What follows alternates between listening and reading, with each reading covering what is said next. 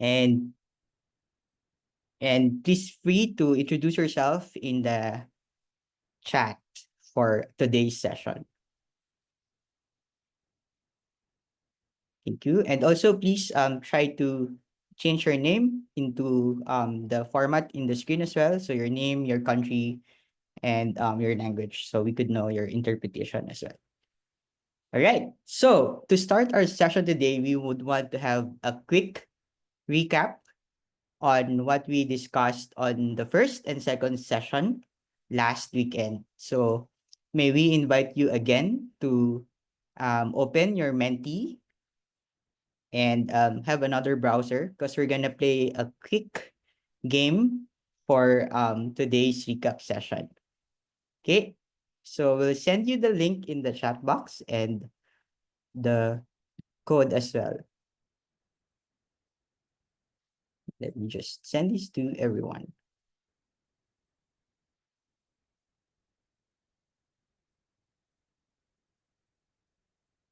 So please go to this link on the chat box. And then we'll send you the code as well. Awesome. Cool. Well, we'll wait everyone to get in. So we have now 9 players joining the game.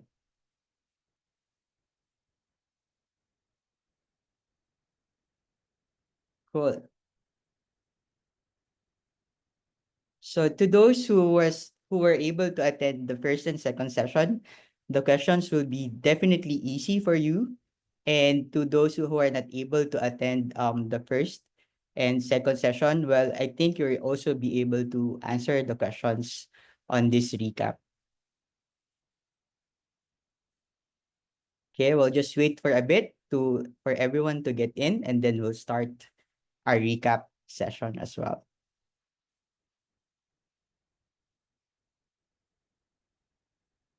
Right, so we have 20 players in, maybe one more minute, and then we'll start with the first question for the recap.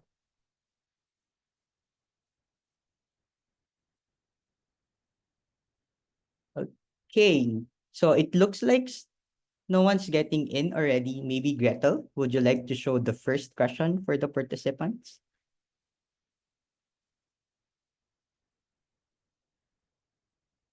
Right. First question. Very easy. What is biodiversity? Woohoo! You have few seconds to answer this one.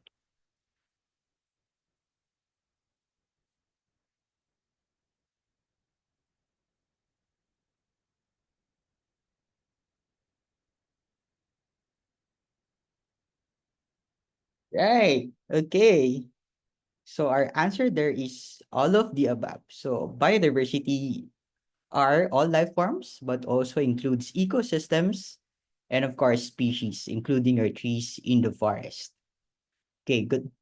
We have 11 correct and we have 7 who was not able to get it right. Let's go to the next question.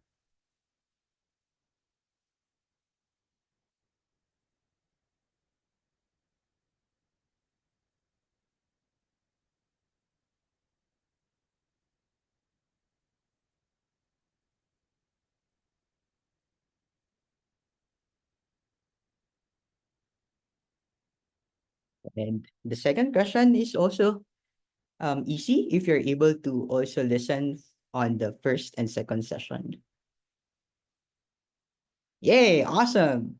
So most of you got the right answer. So it's letter D. So direct drivers include climate change, pollution, land and sea change, so among others. So there are many direct drivers, but these are all examples of direct drivers of biodiversity loss.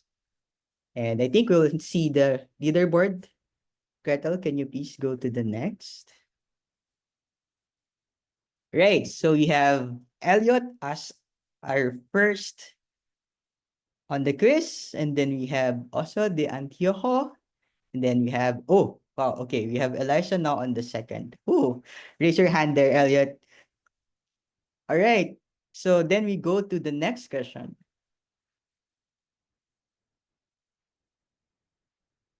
So question 3.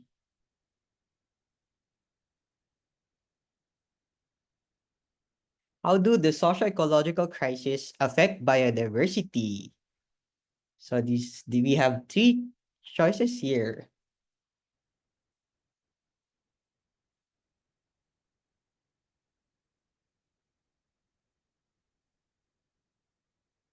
So this is a bit tricky.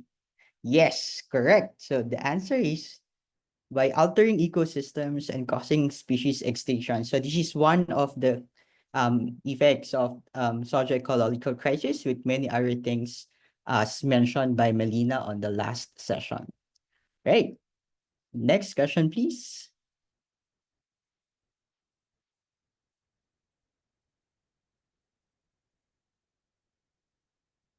Okay, fourth question.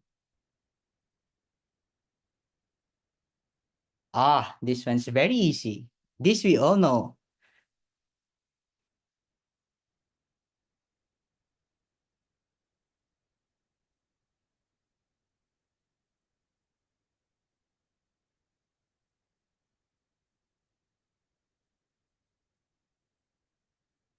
Yes. Woohoo, that's a good data there. Everyone has it correct.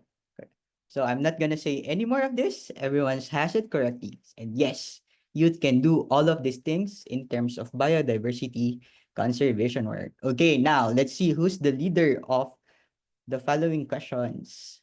Ta-da! Let's see it. No wonder who's the leaderboard now.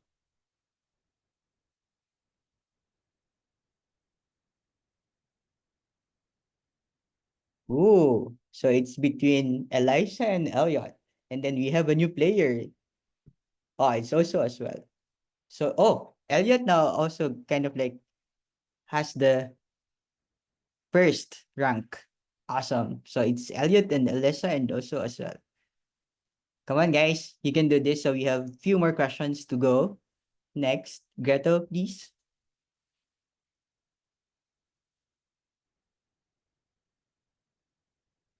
Fifth question. So what does CBD stands for? Is it Conference on Biological Diversity? Convention on Biological Diversity? Communication on Biological Diversity? Or Conference on Biological Diversity? Ooh, that was a tricky one. But yes, CBD is the Convention on the Biological Diversity. So we have four answers got it correct, wrong. So now we know that CBD stands for the Convention on Biological Diversity, as we have discussed last session. And next question.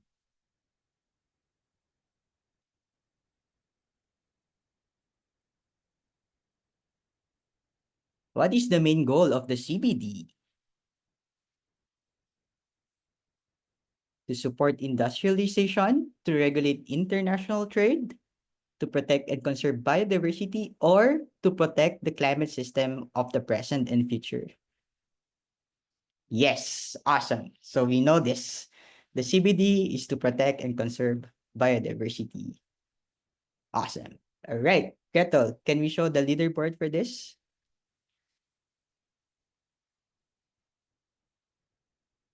Woohoo! Oh, what happened to Eliza? Eliza. So Elliot is still the first. Um, Now we go to the last two questions, I think. So we have Elliot and also on the leaderboard.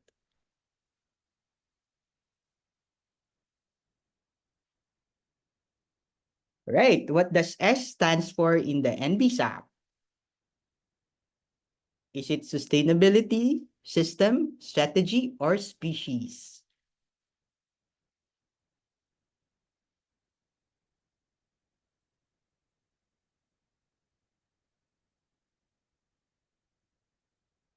Right. Woohoo. So the answer is, what's the answer?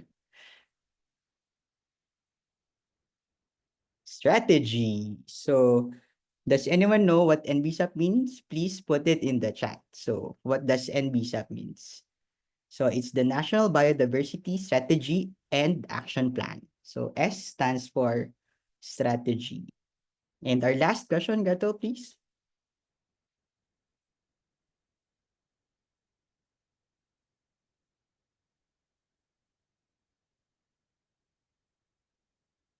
Right. Why are NBSAPs important for achieving global biodiversity goals? This is our last question for this quiz and for our recap.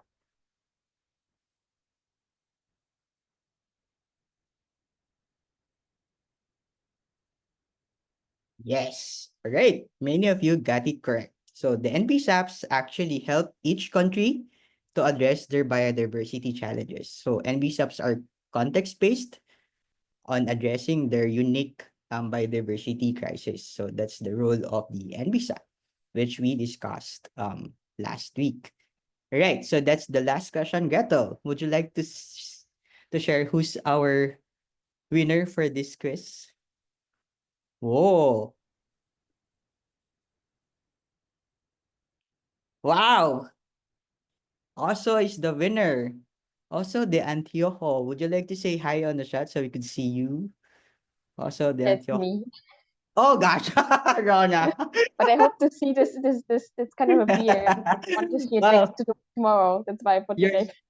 you're really fast. So our second is Carla and our third is Elliot. Elliot would like to say hi and Carla as well. Please say hi. Thank you everyone. So that's our recap from last weekend. So last session 1 and session 2 we talked about biodiversity and the socio-ecological crisis, and then we talked about the CBD and the NBSAP. So for this session, if you would share the screen again, Gretel, thank you.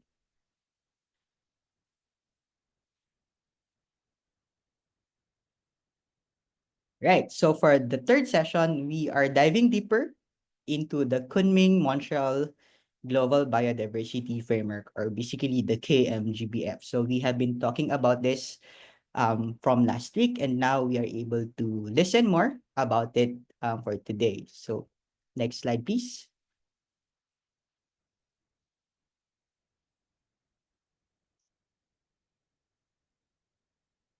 Um, can you go to the next slide, Gretel?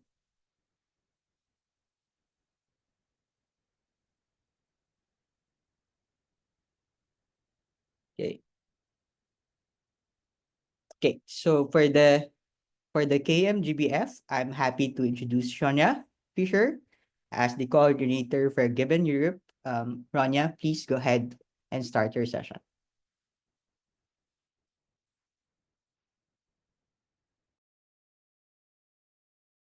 You're muted, Rania. Thanks. Yeah. Hello everyone, and I hope you can see my screen by now. Yeah. So we want to focus now on the Kunming-Montreal Global Biodiversity Framework and the significance for youth, but also kind of explaining a bit how we try to shape this global biodiversity framework. Maybe before I start directly, a word about the terminology. So most of the time I will just say GBF, Global Biodiversity Framework. The official name is what you can see here, like the Kunming-Montreal Global Biodiversity Framework. But if you go, for example, on the CBD website, by now you often will also see the biodiversity plan. All the three things are exactly the same thing. So just that you know, like GBF, Global Biodiversity Framework, the biodiversity plan is all the same. But in order to understand the global biodiversity framework, let's go a bit back to the past. It all started in 2018. Those who were like last week, you probably know this already, but in the kind of previous COP, like 2 COPs ago, and COP 14 in 2018, they decided, okay, we have our IT targets that will come to an end in 2020. We need some new goals and targets. So in COP 14 in 2018, they started to decide and to put into place this whole process that in the COP 15, 2 years back, ended up in this global biodiversity framework. And you have some pictures from the whole long process of getting this framework. Also, to recap, you all remember the goal of the biological diversity, but it's actually divided into three objectives. And these three objectives of the convention are quite important to understand also how the GBF is framed. So the three objectives are the conservation of biological diversity, the sustainable use of biodiversity, and then also the fair and equitable sharing of benefits arising from the use of genetic resources. You can remember the three objectives because you will see that later on it is reflected in the different targets of the GBF as well. Also, this one more like as a recap, and that's why I'm going quite fast. But if you see how the convention itself is implemented, we have the convention as such, right? We have different national governments that are parties to this convention, and those parties, these national governments, agree on certain things. Whatever they agree on, that's what they're kind of committed to. In the last COP, the COP15, they committed to this biodiversity plan or the GBF, which is this goals and targets that we will be talking about today. And those governments agreed as a whole to reach these goals that are obligations for them. And how they do it with the NB subs that we just saw in the quiz as well. So they do their national biodiversity strategy and action plans, which is kind of a translation, so to say, of the goals and objectives that we have in the biodiversity plan into national kind of circumstances. And then they implement it with different kind of means. And then do some national reports to the CBD so that the CBD as such can know where we're standing, how we're going. This just as a quick recap for implementation. If there are any urgent questions, please put them in the chat, but otherwise we can address all of them in the end for everything else. So why is this CBD space so important? I mean, we all know about why biodiversity is so important, but then we need this kind of CBD space as a kind of convener for the multilateral space for the different countries to come together to negotiate and discuss, because everyone there has the same voice. Like every country can say yes or no, and they need to have a consensus in order to agree to something. So this kind of provides this, like that shows the importance of the CBD from a kind of international policy perspective. In particular, because all countries are part there except the Vatican and the US. So we have a really global space to negotiate and understand what can we do about biodiversity. However, also from a use perspective, which we want to focus a bit more now, is that Gibbon as such has been recognized within the CBD. So we have got influence, we have got a reputation as well, and we have got the allowance, but also the opportunities to really try to change whatever the countries discuss there. And we want to see a bit how we try to then influence the GBF when it was discussed. But not only for GBF in general, what we as Gibbon try to do during the whole CBD processes is that always we try to present the voices, priorities, and perspectives of the different use in a different negotiation. So of course, in the last 4 years, it was very focused on the GBF, but you will see that now for COP16 and for the future, in all the kind of negotiation, we always try to represent the different voices of the youth. And of course, to kind of get a very ambitious global biodiversity framework and ambitious implementation, and just make sure that we kind of come closer to live with harmony with nature. So during the whole process of this 4 years that the GBF was negotiated, we had different priorities, but we have 3 really main ones that we always try to kind of put in front of whatever we do. First of all, we have intergenerational equity and meaningful youth participation. So we will speak about the concept of intergenerational equity a bit more in detail later on, but basically it really says that we want to kind of consider also future needs, not only the needs of today, which also has to be respected, as one part of it, but we also want to have youth and children already now being part of the discussions, because those will be kind of the most effective in the long term. This is a one very big priority, which you always try to kind of push a lot. Then the other one is transformative education. This really came as sorry. there's a really like transformative education is kind of the basis for everything else that we want to achieve, right? We want to have a transformative change in order to reach our biodiversity goals, and for that we need transformative education as well. So that was also like one of the priorities we really tried to push for a lot. Then rights-based approaches for people and nature. Also, this one is really important, and it's something I would say it should be a no-brainer, right? So if you try to protect nature and biodiversity, it shouldn't be on cost of other people. Um, Here we focus a lot of indigenous people and local communities, but of course also all other humans living there. So we really try to say, okay, do your best, be ambitious, do whatever you need to do for biodiversity, but please respect the rights of the people. And this was also like one of the main priorities we had during the 4 years, and we will continue to have those 3 priorities as well. So how do we do it? All of the priorities I just mentioned, but all the other positions we also have, we always try to kind of base them on really broad consultations. So in the leading up of the GBF, many of the chapters, all the GBN was doing a lot of consultations, trying to understand the priorities of the people we could reach, like the young people we could reach, to formulate this kind of priorities, to formulate our positions, and we use them also as a base now. So they kind of all the consultations we do and we did inform basically how we shape our kind of priorities, and then we use them to do policy and advocacy, which we do by interventions during the meetings itself, but we also have meetings prior and during with the different government counterparts to try to make our position heard at least and see how we can get it included.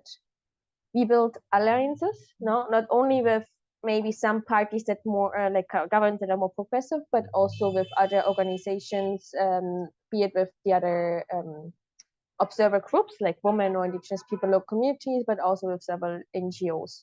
So it also depends on a topic with whom and how we do it. We try to mobilize and campaign a lot to kind of get a narrative change. So here you see the Stop the Same campaign. There was also a campaign called Lift the Brackets. You will see some pictures about it later. But just trying to be really mobilizing a lot of like trying to mobilize the people, trying to make them understood what we want, and kind of trying to get this push for in the negotiations to have this campaign accepted or this kind of topic accepted.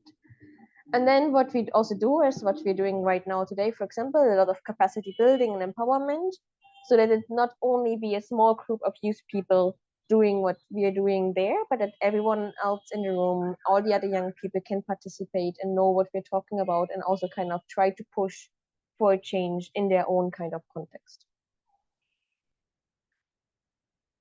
Here, as I promised, a few pictures, especially from the campaigns, here where we kind of participated in negotiation rooms.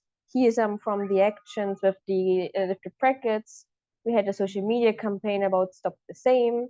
Yeah, just a few pictures seeing how we kind of participated. Here, this is like from the last COP for the youth delegation. So you get an impression of what our work entails. So now, what we achieved when it comes to the GBF.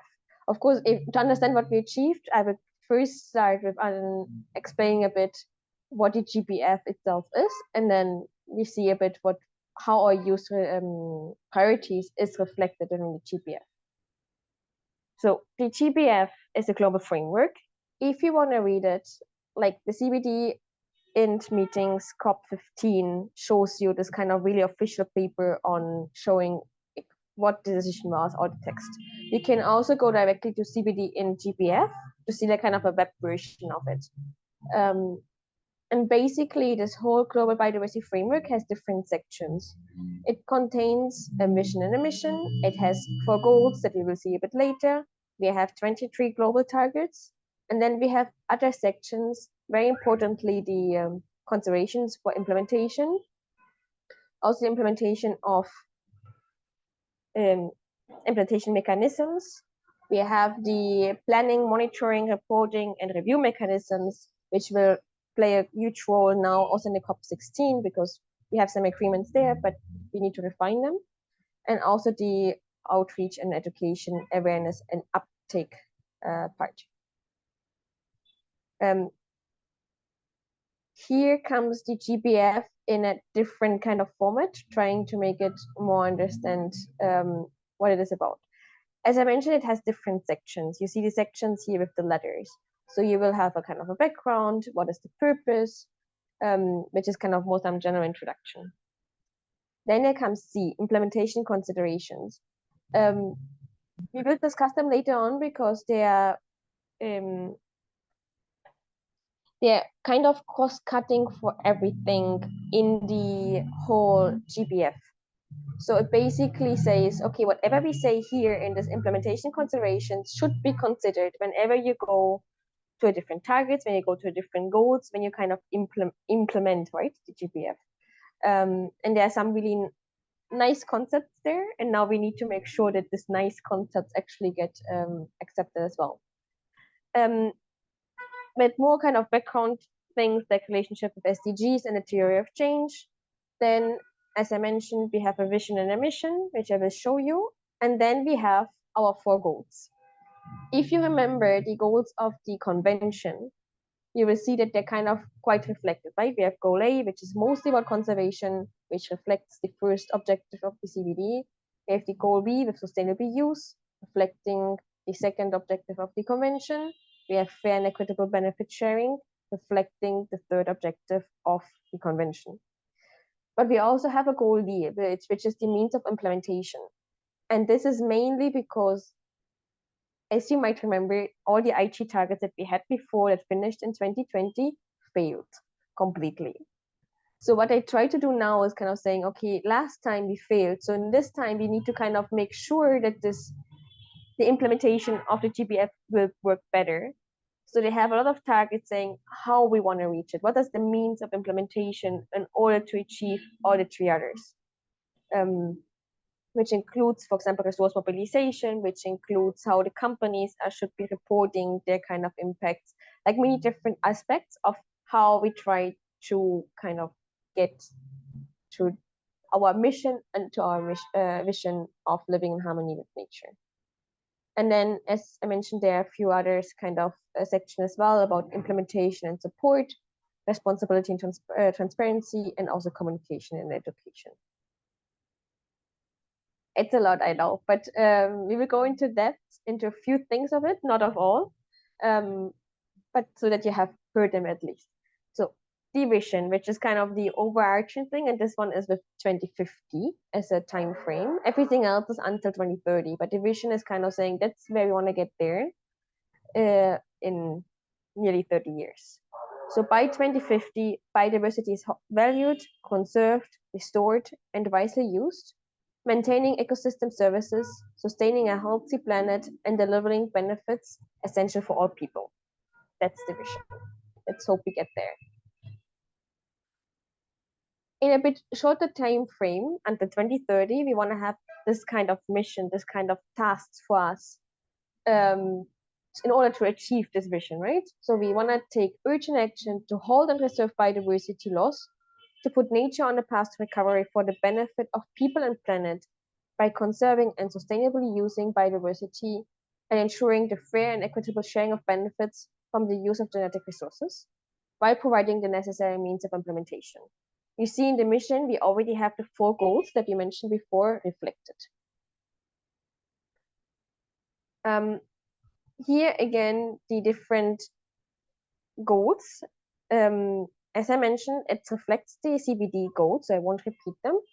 And we have this kind of extra one about adequate means of implementation secured. And they're kind of the overarching for our targets as well that we will read. As mentioned, we have this very, very important considerations for the implementation. So that's the section C. Here, what you see highlighted is kind of those that from a deep and use perspective are quite important and really great that they are there. So also here we will go into detail in most of the highlighted ones, not in all of the lines. But here, this kind of things that are there as partly, not only because of us, but it's partly because we pushed for many of those kind of aspects.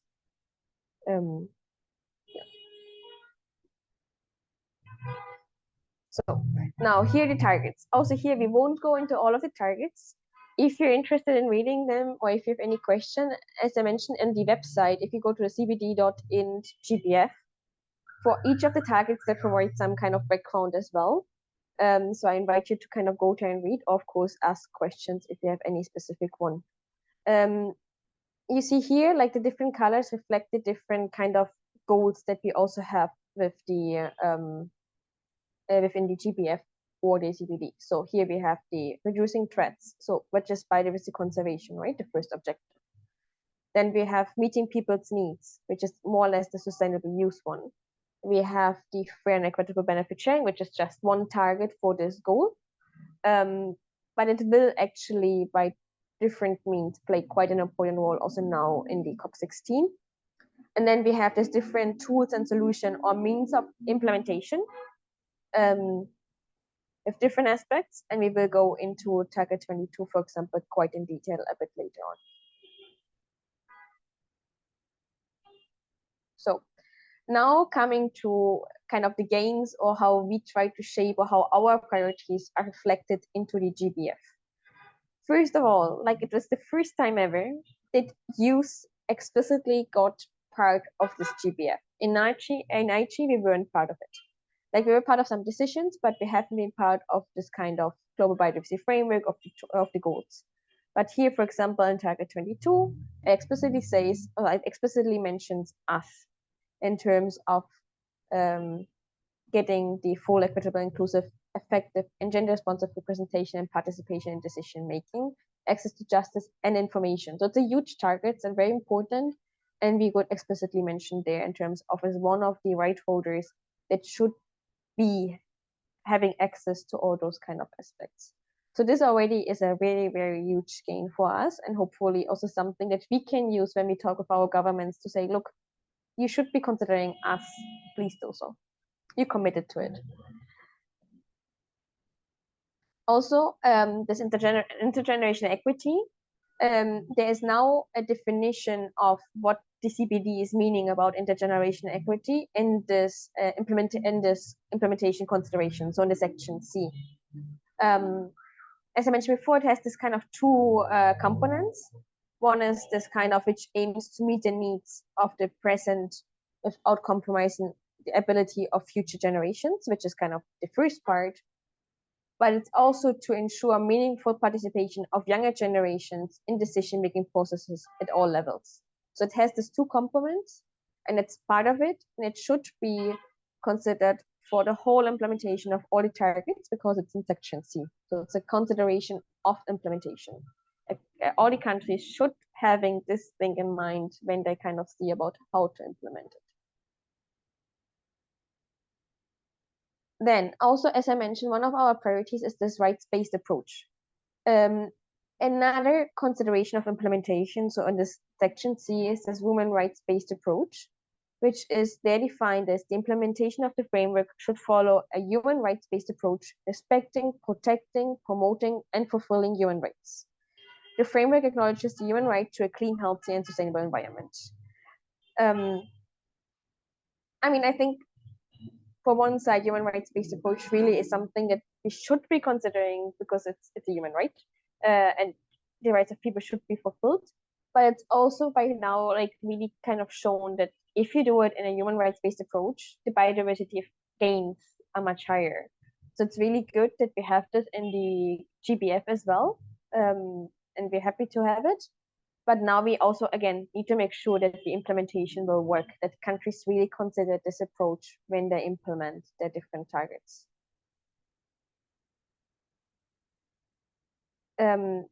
Yeah, what we should have been doing all along, contributions and rights of indigenous people and local communities. Also, again, this is part of the section C. So it's one of the consideration of how to implement the CBD. And it basically says that we should be recognizing the important roles of the indigenous people and local communities, just because they already are custodians of biodiversity and partners in the conservation, and they have been for a long time. And we shouldn't kind of make it more harder for them to implement this role. We also must ensure the rights and knowledge, and also kind of everything which is related to their innovations, worldviews, values, and practices. And then also this kind of private free, prior, and informed consent is quite important. It's an international obligation for most countries anyway, but it's also recognized within the CBD that whatever they do, which is related to indigenous people and local communities, they should ask them before, inform them, having a free, prior kind of consultation process, and only if they consent, proceed with whether it's proposed to them. You can see that this kind of recognition of indigenous people and local communities is not only part of this considerations in the beginning of the section C, but for example, you also see it in target 22, right? You see here again that all this kind of rights and access that we are asking for in target 22, when it comes to indigenous people and local communities, it says respecting the cultures and the rights over land, territories, resources, and traditional knowledge. So it's quite important that they have these rights respected. You also see it, for example, in the target 3, which is about having 30%, like it's a 30 by 30 target, as some people know it. So 30% of terrestrial inland water and of coastal marine areas should be protected. And here it also says we should recognize indigenous and traditional territories, and also recognizing and respecting the rights of the indigenous people and local communities when it comes to this kind of management of the land. We're making that much emphasis on this contribution rights of indigenous peoples and local communities because it hasn't been enough emphasized in the past, and I think it's really good that we have this game in the new GBF. It still could be better, of course, but we already by now have this recognition, and we need to make sure that it works. It is very closely related also from our point of view to this human rights-based approaches, because especially when it comes to this kind of 30 by 30 protection of land, for example, or marine, in the past it often wasn't done in a human rights-based approach. So sometimes countries wanted to protect areas, and then they evicted the indigenous people who already lived there and protected the biodiversity for a long time. So having this kind of recognition of their rights there is one of the attempts to avoid this kind of fortress conservation, trying to avoid that people get evicted in name of biodiversity, and probably in the end, the biodiversity would be also worse. So it's great to have it there, and we hope that it will get implemented as such. Then also something very innovative and new is the full protection of environmental defenders. Again, you see, we always go back to target 22 because this target is really one of, from our point of view, one most crucial ones. But also will be the one that countries probably will have more challenges to fulfill because it's kind of the most innovative one. But this full protection of environmental defenders is part here of target 22. Very crucial as well, especially here in Latin America, where the COP will be taking place, as it's one of the most dangerous places for environmental defenders, and over 200 people, environmental defenders, I think, got killed last year for protecting the environment. And the idea is that this, of course, shouldn't be taking place. Then, as you might remember, one of the other really big priorities for Gibbon was this transformative education. Also, here again, in the consideration for implementation, we have the formal and informal education considered as one of the, that should be considered for the implementation. And here always says that we need to kind of have an education that is transformative, innovative, and transdisciplinary, formal and informal, at all levels, in order to achieve this kind of biodiversity framework, in order to achieve living in harmony with nature. And this education, of course, should also recognize diverse worldviews, values, and the knowledge system of indigenous people and local communities.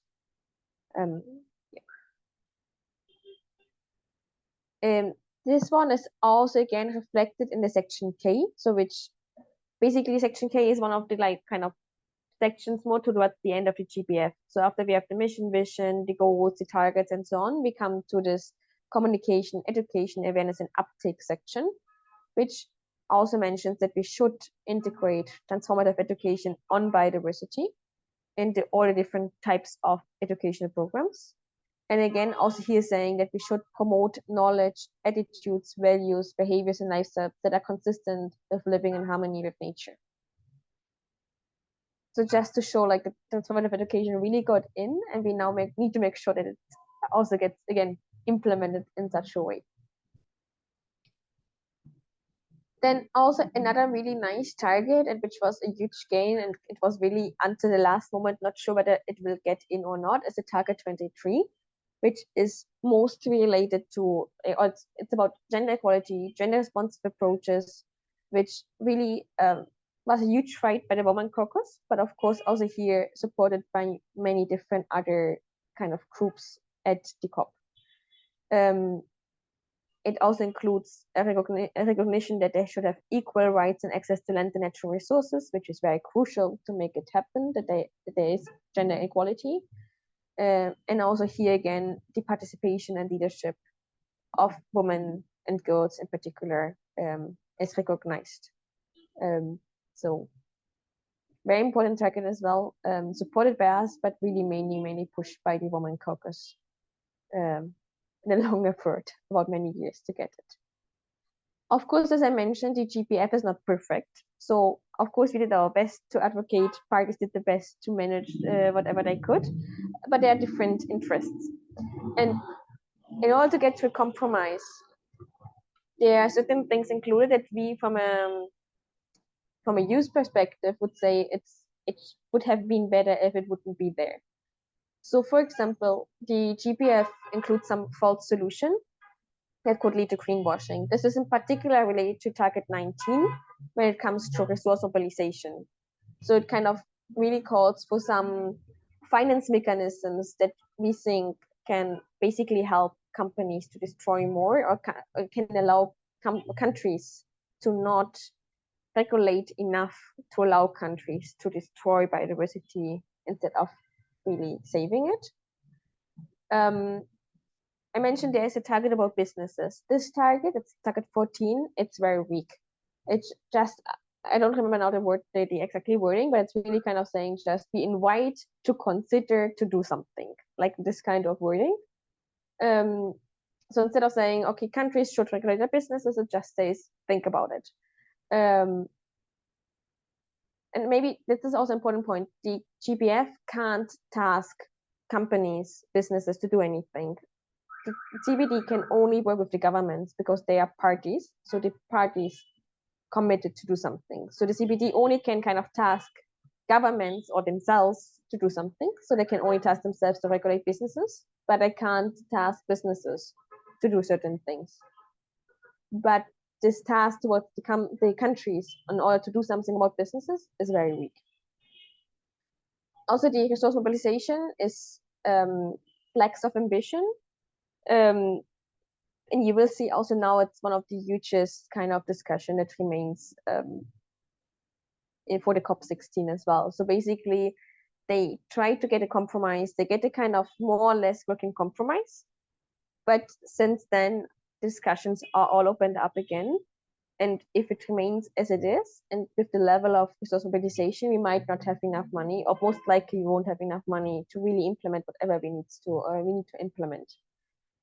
So also there, it could have been much stronger, much more also kind of pointing the finger, let's say, like who should be mobilizing how much of the resources.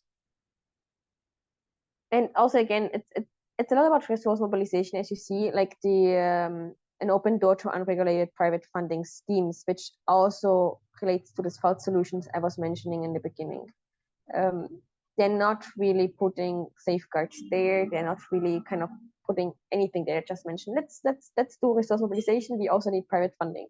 And then they mentioned different schemes like biodiversity credits, offsetting, and so on, which if implemented wrongly can definitely or will definitely harm biodiversity rather than helping it. But overall here, kind of the summary of what I was talking before, like kind of showing the strength as well to not end on a kind of bad note. We do have intergenerational equity there. We have a call for inclusive participation that explicitly also is directed to children and youth there. We have access to justice and information. We have mentioning of human rights-based approaches. We have the full protection of environmental defenders. We have the gender equality with its own target. We have a really strong respect for the rights of indigenous people and local communities in terms of wording at least. And we also have transformative education. So this GPF is really, really promising because there's many, many things that we pushed for a lot. The question is, of course, now the implementation. So what's next? The next is definitely, and this will be a really short slide because it's something that we will be discussing much more in the next weekend's webinar. So what's next? The idea is how to see how can we do the implementation in such a way that first of all youth of course is included and we have some youth leadership there, but also the different kind of priorities that we have also gets reflected in the implementation. And with that I would leave you and come back to Mark, or if there are any questions I'm happy to receive any questions. Thank you, Rania. That's a very, very good presentation. And it's always good to attend sessions like this because for me, I also learn more and more as I listen to everyone. Now we open the session for questions. If you have questions, please feel free to put it in the chat or you can raise your hand and just open your mic and ask Rania regarding her presentation. Anyone, please, if you have questions, you are welcome to do so.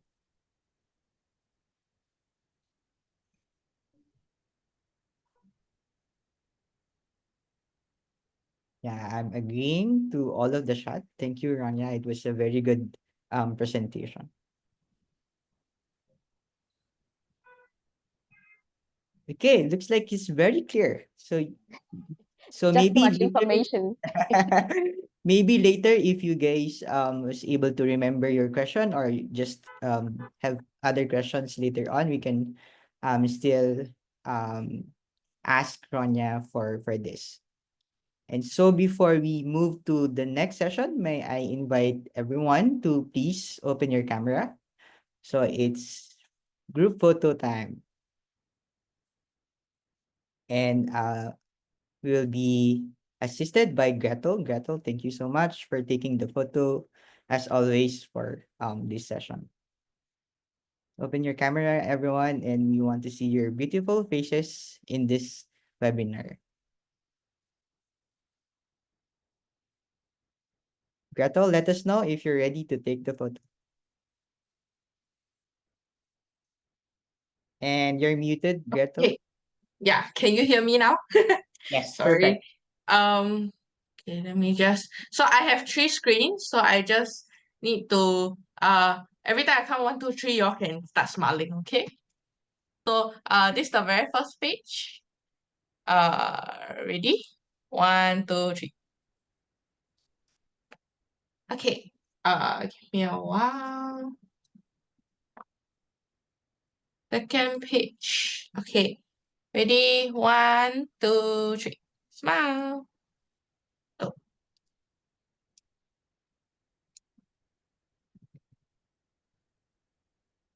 And last one. Ready? 1, 2, 3. Smile. Okay. Yep. Thank you, Gretel. And before we let you go for a quick break, Ronya, there's a quick question in the chat. The question is from Victoria. So the question reads, how can we promote the role of young people in implementing the framework in the convention? Ronya, please. Yeah, there's also like another one from Jana. I will answer both. I mean, we will partially also speak about it later on, but just it depends a bit on your country where it stands. One of the very important thing now is if your country is still updating DNB sub, the importance would be to kind of get into this process and trying to influence to see that they kind of take this kind of use mentioning also there and try to make sure that whenever they kind of do consultations, use is included. When they plan activities, that they kind of consider use as well. This is for those countries that's still in the process of updating the NBSUP, which honestly is most of the countries. They were supposed to present, they're supposed to present the updated targets, not the NBSUP by the COP. Some countries, like maybe nearly 20, already presented their NBSUP, many more already presented their updated targets. So one goal would be trying to kind of get into this process. If they already have the NBSUP and you couldn't be part of this process or you have been a part of this process, then I would be trying to understand what your country is planning to do and then see where you can get into it. My answer is quite generic because it really depends on the country context. In some countries, we have like youth people in the board, and then of course it's much easier to kind of get youth activities for the implementation. In some other countries, it's really a fight to kind of get any kind of recognition that youth is an important actor. So then there you need to make much more kind of groundwork. So it depends really on your country. And feel free to reach out whoever is your kind of regional development coordinator would try to support you on this as well, like for specific questions. And it also comes maybe to the question of Janner, who says that which kind of targets are relevant for use if it's only the target 22 and 23. No, like we are explicitly mentioned in target 22 as one of the right holders to be part of getting access to participation and so on. But all the targets are relevant for us because biodiversity is relevant for all the kind of for the youth, right? Because we will depend on biodiversity in the future much longer than any of the other people. So all of the targets are relevant for use, but we are only explicitly mentioned in the target 22, but we are also explicitly mentioned in other decisions. So when you check and try to see where you as a person or as a youth organization can get involved, you can check all the targets, and all the targets use can play a very important role. So if you go for the target 3, which I was also presenting on protecting land, there's no reason why a youth organization or youth person can't be contributing in protecting a specific area of land. Or when it comes to target 2, which is restoration, several different chapters, for example, are doing restoration work. And then, of course, it would be great if the government would also recognize the youth contribution that we are doing. So in a nutshell, what we can do and which targets are relevant, our targets are relevant, and how can we make use more important is basically if the government is supportive, it's great, use the support. If the government is not supporting, try to do as much as you can and try to push for being included in the policy space, but don't forget the implementation part as well. So doing the activities. Thank you, Rania. I hope that answers your question, Yanner and Victoria from Yornan. So we'll now go on a quick break. So we'll let everyone go, but please come back after 5 minutes and then we'll start the next session. So the next session, we'll talk about contributions to KMGBF. So we have Southeast Asia to share their work in terms of youth contributions to the KMGBF as well. So see you in 5 minutes.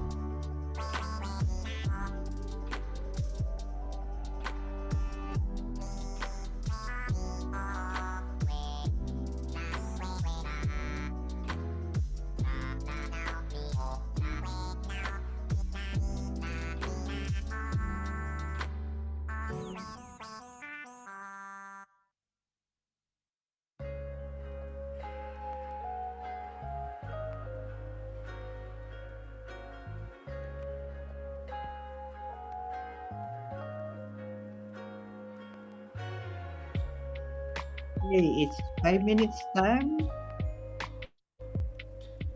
Is everyone here? Please raise your hand or send us a thumbs up if you're here so we could start.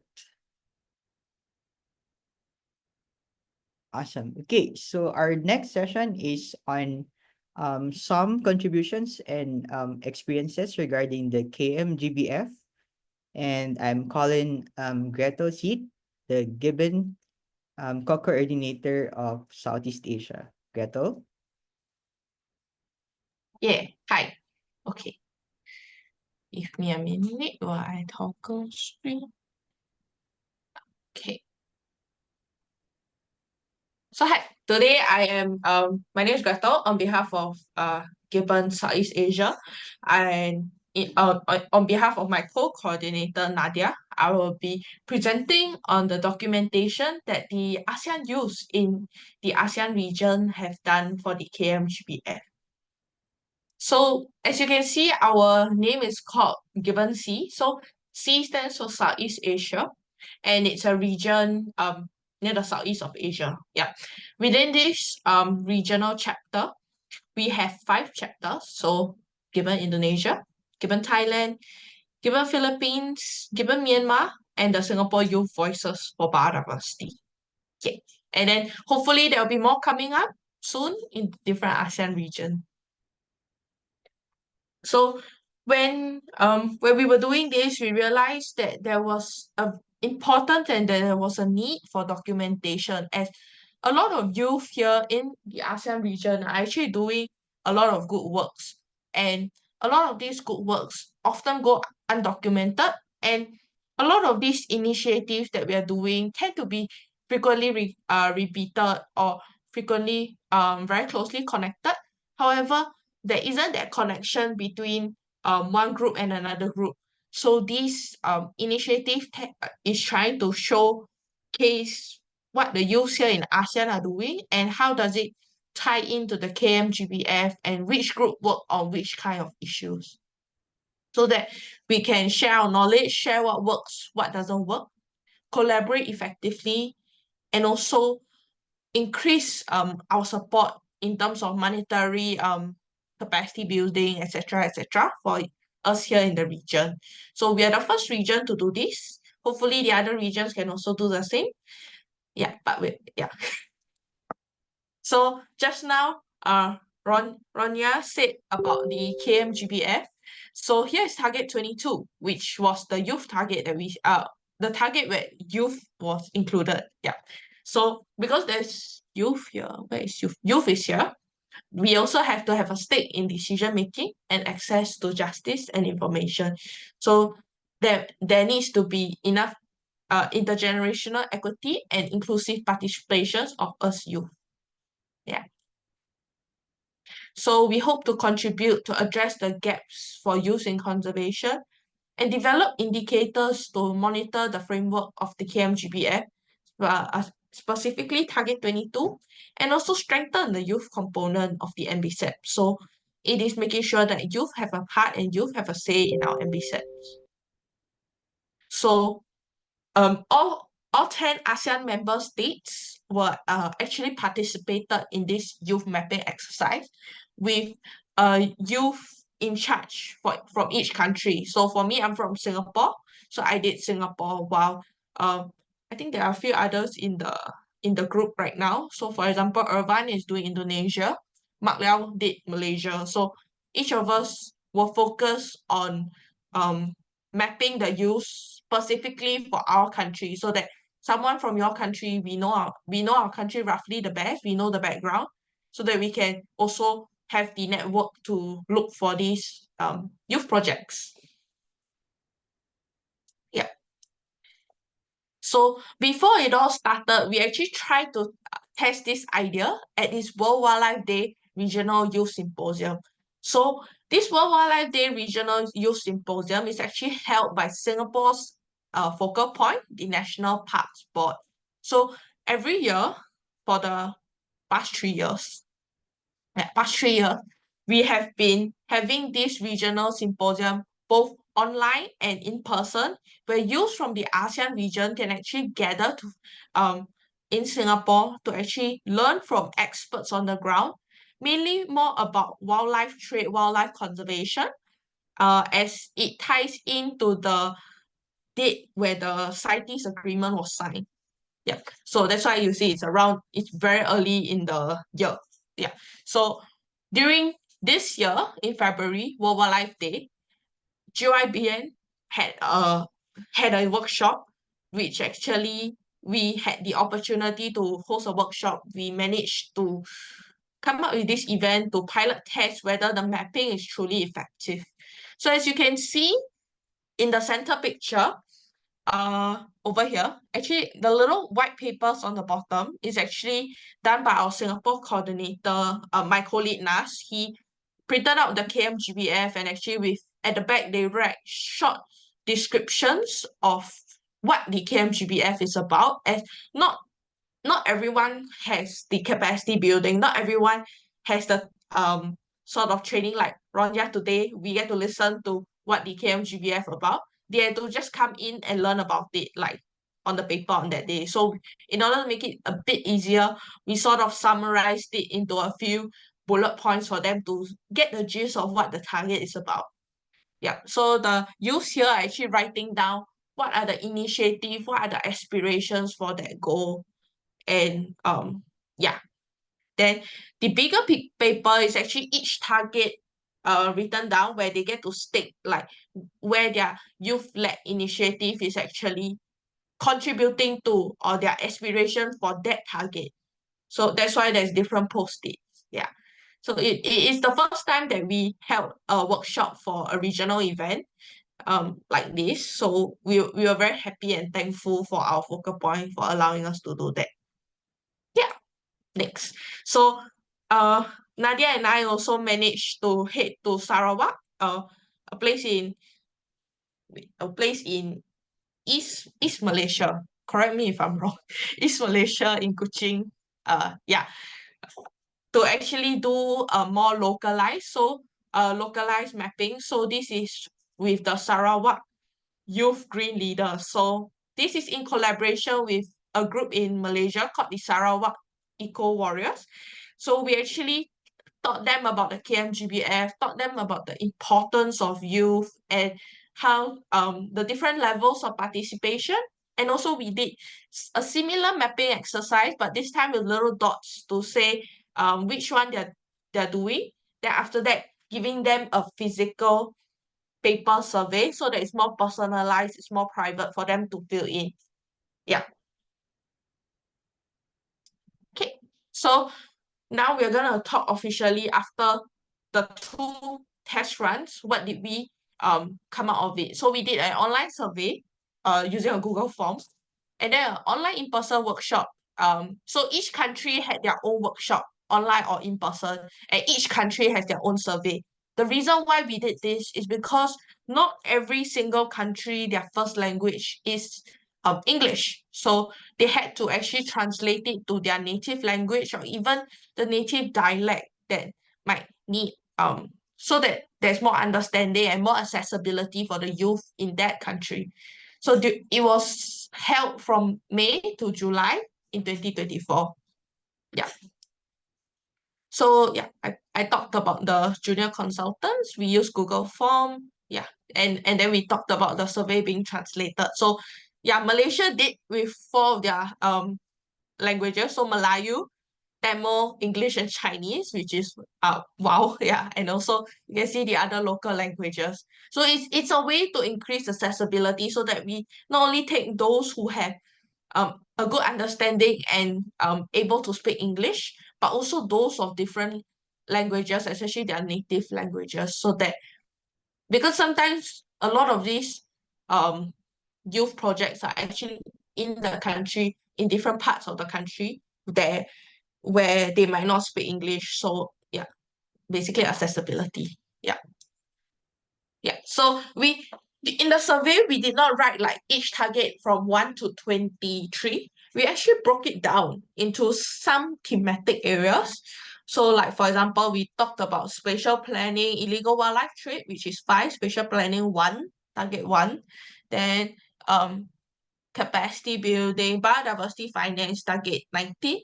So we broke it down into easier words and easier groups for them to actually fill in, so that you can fill in even though you do not understand the KMGBF.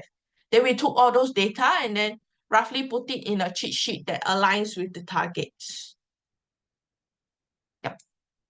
Then we also talk about project type. So what kind of activity does your project do? Does your project do art? Does it teach photography? Does it do nature-based solution? Does it do public awareness? And we also ask them for their funding opportunity. So how do they fund their initiative? Do they get funding, or is it mostly reliant on volunteers, or is it mostly self-funded?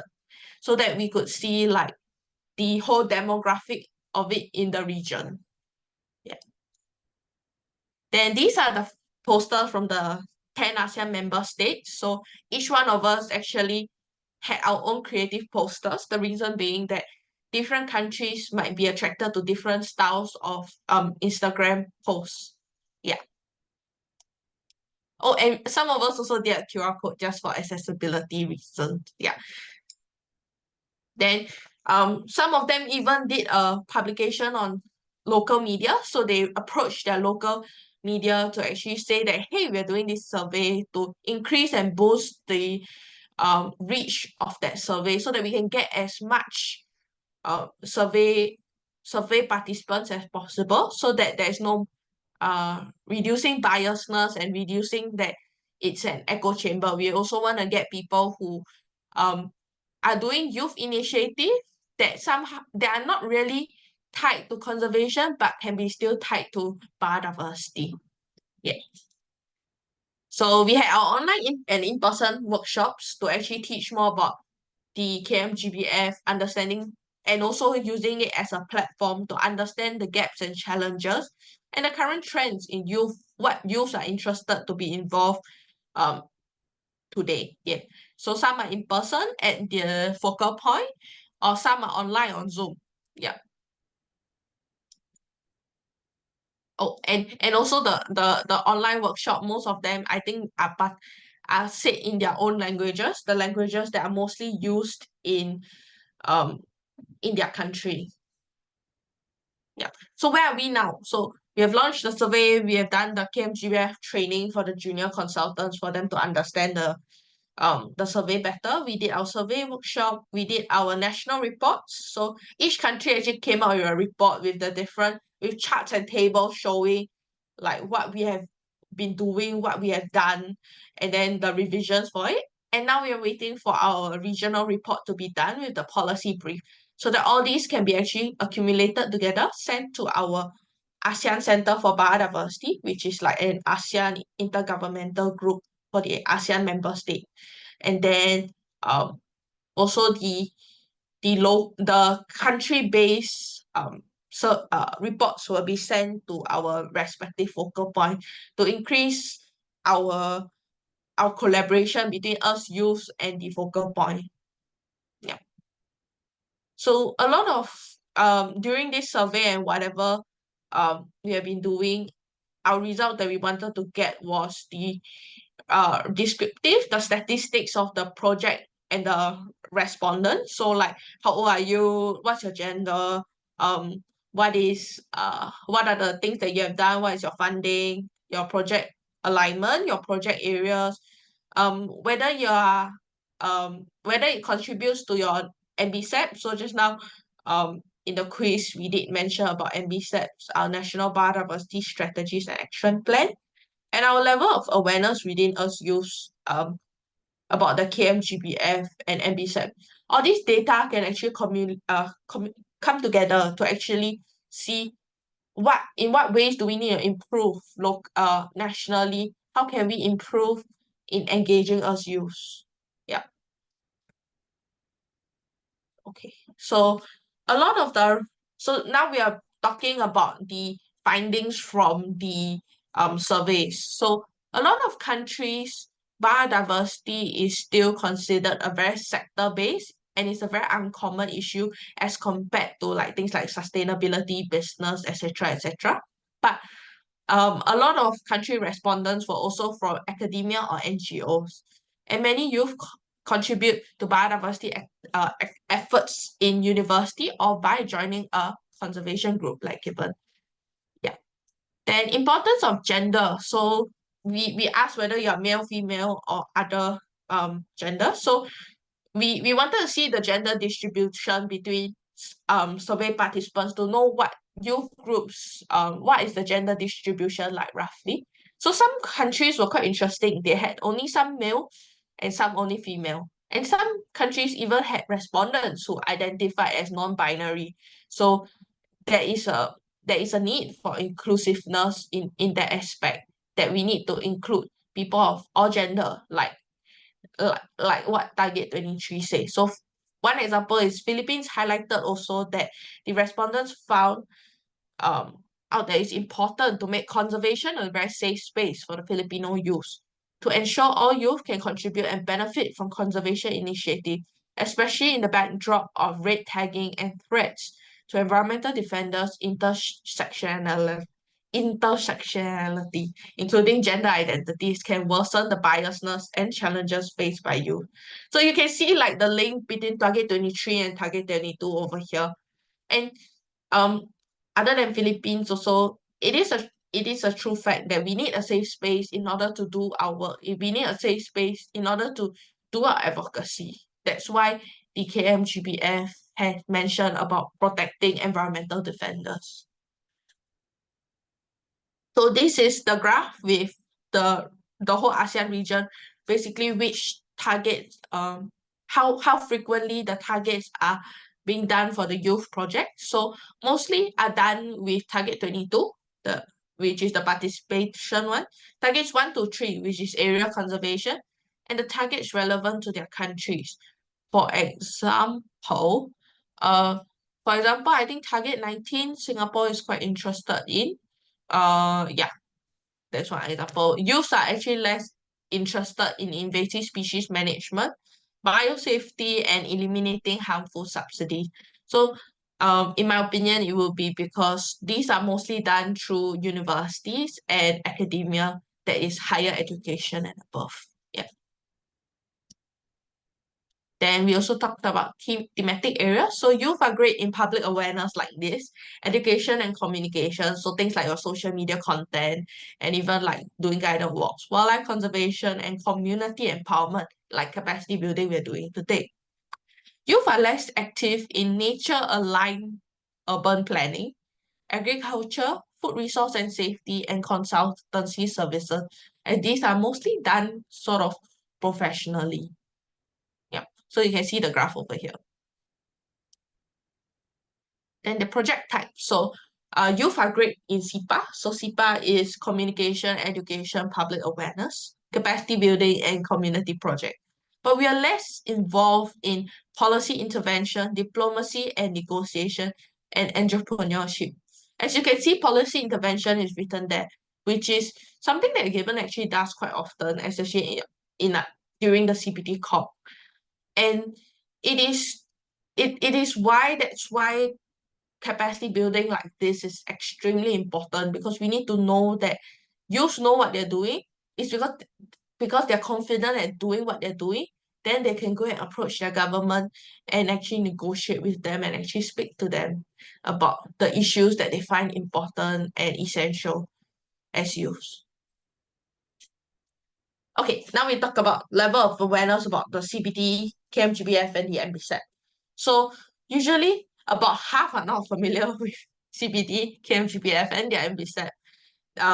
It can be quite worrying. It shows that a lot more awareness raising, a lot more of this capacity building needs to be done. However, in some countries, respondents were more familiar with their MBSEPs than their global framework. As it's more localized, so it's easier for them to understand. And the national strategies is normally seen, you can see tangibly as compared to the international conservation effort.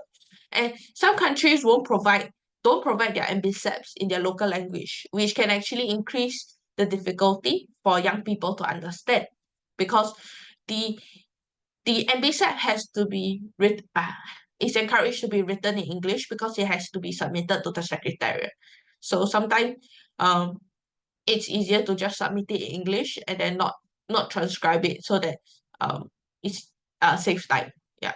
So more work needs to be done, and hopefully we also need to ensure that our MB-sets could be translated to local language if needed. Okay, challenges faced in use in conservation. So as you can see the graph on your right, the bigger the circle means more respondents answered to it. So if you can see here, a lot are about resources, about funding, political and government support. Similar to our global side, a lot of these are our challenges, and hopefully we can slowly one by one work with them. Yeah. But these as a regional chapter, through seeing these challenges, we know which ways, what are the topics that we need to target, what are the topics that we need to focus on when it comes to training and learning how to do certain things and teaching people certain things. Yeah. And another interesting finding is our funding status. So majority of the youth-led projects receive some funding, so moderate or most are moderate level, so maybe like a few $1,000. Yep.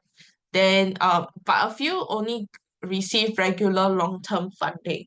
So it means that youth need to keep on writing project proposals, need to keep sourcing for funding instead of getting one common funder over and over again. But still, about 33% or more in some countries do not receive funding. And many youths actually indicated that they did not know how to write such grants and proposal writing, which can be quite worrying. And it can be one way that we can actually capacity build our youth in our various countries. And also, with many youth volunteering for our conservation projects and our different youth initiatives, implication of accessibility for conservation for lower income youths is a problem, because if you look at your hierarchy of needs, when you talk about how, if you do not have, if your focus is on earning money and making a living, you'll be focused more on that instead of conservation, and you cannot oh sorry, I need to slow down. Okay, let me reword my word anyway. So because lower income youth, it might be a bit difficult for them to do projects that do not offer reimbursement, do not pay you a certain sum of money back, so that you can sort of reimburse your time. So some of them are not able to do that as they might need money for certain things, or they have different priorities like their studies, their hangout time, or even like, yeah, etc. etc. Okay. We had a few challenges in the project, no doubt. One is the short time frame. So this project only was from May to June. So it was a bit difficult because we had to also present this idea to many people. We also had to quickly do our surveys. We had to quickly do our a lot of things were very rushed. Our capacity building had to do quick. There were some gaps in understanding that we had to address really quickly. There was a bit of a low response rate at the start because I guess the survey is also quite long. So the survey can take up to 15 minutes. So a lot of people get tired when it's long survey, and it's very difficult, even though it's very essential. So yeah, that's why we also said at the bottom, like, incentives. So for example, like some of us would say, oh, if you help me do this survey, although it's long, we appreciate it, I'll treat you to a drink next time, so that there is like some incentives. And also there's a lack of support and connections across the whole country. So if you look at the bigger countries, like the bigger countries, so everywhere except like maybe Singapore and Brunei, they have different regions. So some of the regions, the youth initiatives might not have been covered because the youth consultant might not have connections to the area. Like they do not know someone of the area, which can mean that it's such a pity that the area's youth projects might not have been met. Yeah. Yes, then our learning points also is the collaboration between local youth and other stakeholders are really important, as we could have leveraged it better to share within their network about this project. And also foresight to establish with our focal point so that they could also help us and support us in this mapping effort by blasting it out or even recommending us youth projects that we could have talked to. Yeah. And these are the two QR code with the templates for our mapping project if you would like to do it in your respective country or region. As personally, I felt that this youth mapping um project was actually really essential and really beneficial as it helped me to see what are the youth projects in Singapore, in my area that I could talk to, that I could collaborate with, or if a youth approach me to say that, hey, I want to volunteer, though I do not want to know, though I do not that interested in policy stuff, I want to help out in this other area. I'm able to actually direct them to another conservation group that they can actually effectively grow in and effectively contribute their time in. So I would highly recommend you guys to do a mapping in your area, be it within youth or within stakeholders, to increase your understanding. Yep. And then yeah, that's all. Thank you so much for your sharing. If you have any questions, just put it in the chat. I will try my best to answer. Thank you, Gretel, and thank you for the initiative of the Southeast Asia chapter for looking into the contributions of youth in terms of the KMGBF targets. So if you have any questions for Gretel, please feel free to open your mic and ask her, or you can put it in the chat now. Anyone, if you have questions, please.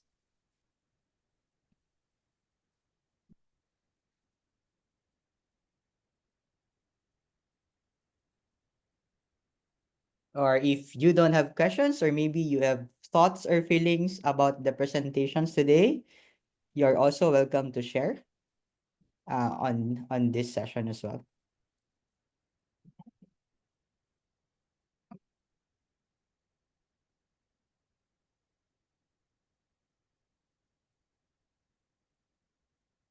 All right, so it looks like no one has questions for you, Gretel, as well. Thank you so much. Thank you. All right, and that's kind of like the last session and the last part of this session. Thank you, everyone. But before we go, we have some few announcements regarding your questions about the recording, and also announcement for the session tomorrow. So for the session tomorrow, we will start at the same time. So we start at 13:30 UTC, and we will now talk about COP. So tomorrow we'll start the discussion on what the agenda is on COP and more and or other information and relevant discussions regarding COP as well for tomorrow. And for those who are asking for the recording of the previous sessions and for this session, we will post it in our social media account and we will send it in your emails if you have answered the attendance sheet last time for the recording. So it just take a bit of time for the recording to be added in YouTube because we are translating 3 languages of the video. So please bear with us. But as soon as we're done with the recording of the translations in Spanish and French as well of the last sessions and these sessions, we will definitely inform everyone regarding the links so you can review and learn again of the past few sessions for this training. And that's all. Thank you, everyone. Thank you, Gretel. Thank you, Ronha. And thank you for our team today. Thank you for our interpreters who are very, very supportive with the sessions from the start. Thank you for everyone who has the time to listen. And we'll see you again tomorrow. Thank you, everyone. Oh, and we'll send you the attendance sheet for today on the chat box. Let me just send it now. So before you go, please answer the attendance sheet for today. Please, thank you so much. So the attendance sheet is now on the chat box.